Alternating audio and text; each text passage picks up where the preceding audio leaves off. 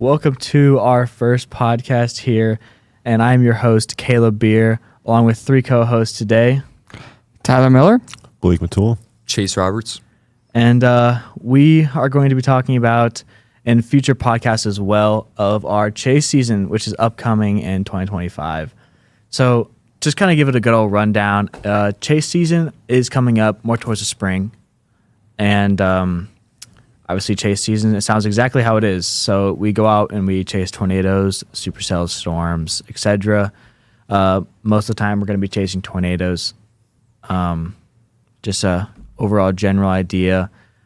Chase, what do you think about this chase season? You got any predictions or anything you hope to see this year? Oh man, I'm really excited. I mean, I do think 2025 could pop off really good, and I'm just excited to go through it. I mean, It's going to have a really good year, I think. I think we are in an EF5 drought. If anyone listening doesn't know what that is, so EF5 is just sort of a rank of a tornado. It's obviously the worst out of 5 categories. So EF5 would definitely be the worst there. But we haven't seen one since, I believe, 2012? 13, I'm sorry. 2013 was the last time we saw that.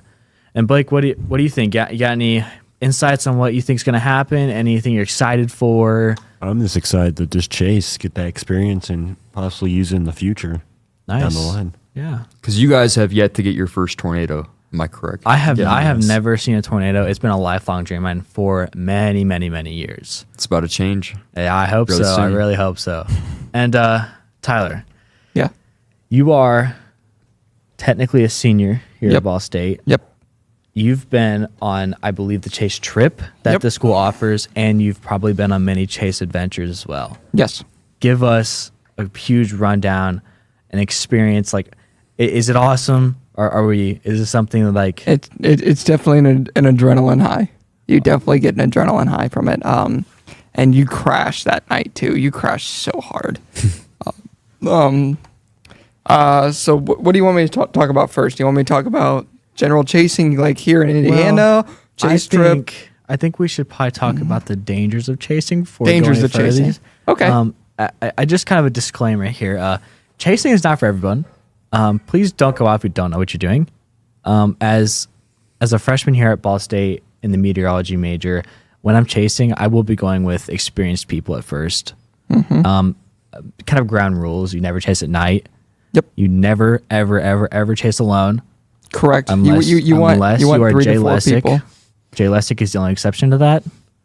It's a crazy man, by the way. I want to add on to that. If you really, really want to get into chasing, I would highly, highly recommend doing spotter training. Yes, spotter training is a huge thing. Spotter training allows you to... Was that a dog? I heard a dog. I swear that was a dog. Yeah. All right. So a little off topic there. Spotter training basically allows you to report tornadoes, and it lets them know that it's coming from like a reliable source. Lots of times people see scud and think that it's like tornadoes coming down. Yep. Scud is pretty much just clouds that are like extremely, extremely low, but it looks like tornadoes are like, it looks like a tornado really. Yeah. But scud is very, very often mistaken as funnels.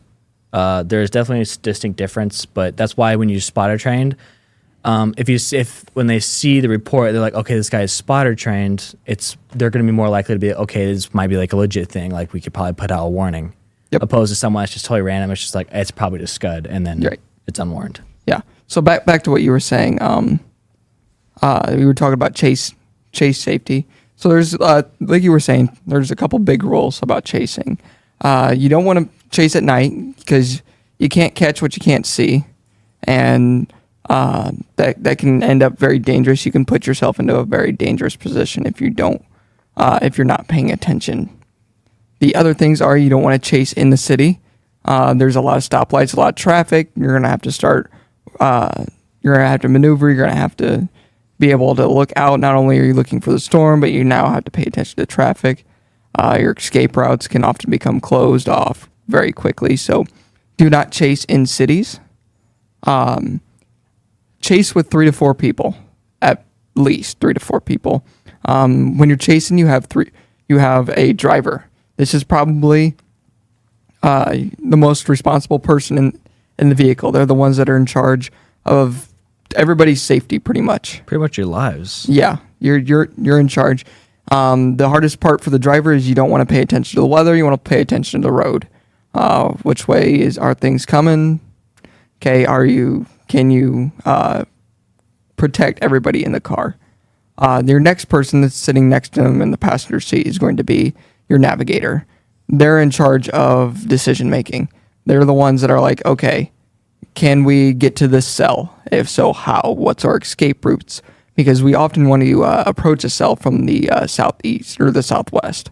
Definitely not the southeast, but the southwest. Approaching a cell from the southwest not only allows us to sneak up on it, but it also allows us to maintain safe distance while viewing the storm. For those of you who don't know, most storms in the northern hemisphere travel from west to east. So approaching it from the southwest means that we are chasing the storm, and the storm is not chasing us. I was going to say, you never really want to be in front of a tornado either.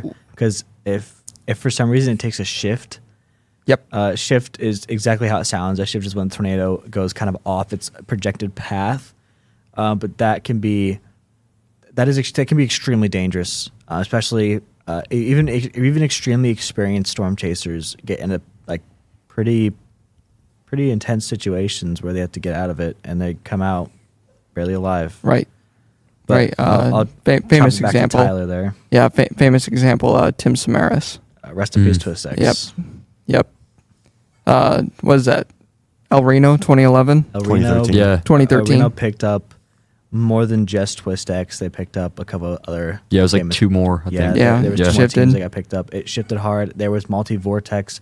Multi-vortex is just basically tiny tornadoes that surround the main funnel. It's like a carousel. And I just Right. want to stress that this tornado was over 2 miles wide. Yeah. And they had no idea they were in it the entire time, and then it just Right. came out of nowhere.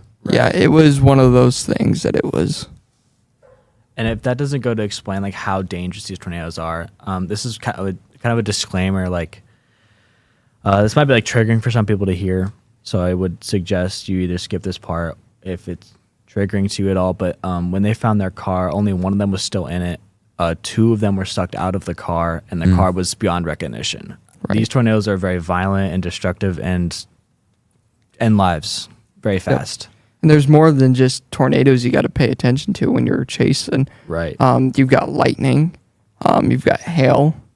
You get out west, even Oklahoma, Nebraska, Kansas. Hail gets up to 4 inches in diameter. I've seen 4 or 5 inches in diameter out in Kansas. And I mean, think about that. You take that to the head at falling at, God, who knows how fast? That's concussion at best, maybe. Right. Like I said, lightning. You don't want to be struck by lightning because that is a very. I was almost struck by lightning earlier this year, or late last year now, since we're January, or no, it's February. Yeah. Dang. Yeah. So back in May of last year, we were out chasing out west, and we pulled off to view a storm. It was a couple miles away, but we just happened to see it, and we're like, oh, that's nice. And we're watching all this, and all of a sudden, lightning hits the telephone pole on the other side of the street. So that's something you definitely got to be careful of is lightning, hail, tornadoes, especially if you're a driver, flash flooding, hydroplaning your car. There's a lot that can go wrong really quick. Right. So you definitely want to be more experienced. Educate yourself before you go chasing, and make sure you stick to the open. Stick to the open, and don't chase what you can't see. Right. And kind of sum things up and finish things off here. NWS is there for a reason. If you're getting warnings that there's tornadoes, it's because it's been spotted, not because they think it's going to happen. If there's a warning, take the actions you need to take.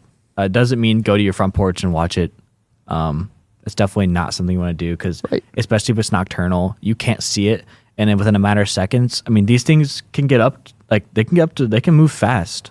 Like there are times where they're moving 60 miles an hour, like on ground, and they can become very dangerous and they can hit you and you would have no idea. So that NWS is there for a reason. Please pay attention. And of course, just make sure you're make sure you're staying safe. Yeah. Any last thoughts from the other two here with us? Going back to you, I think you had a really good chase this year. Was it the El Dorado tornado? Yeah, it was. And we're just a really, really beautiful funnel. Like, how Oh, yeah. would you describe that experience? It was definitely a multi-vortex tornado.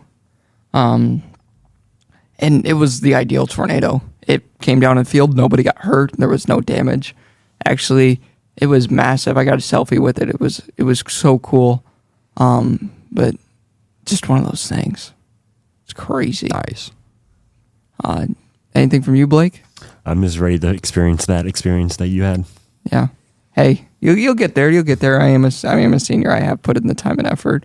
You guys are just freshmen, so I mean, you'll get there. It'll happen. First tornadoes will happen. My first one was actually Winchester, back March 14th, a little less than a year ago. That was a crazy one, but yeah. You want to wrap it up for us?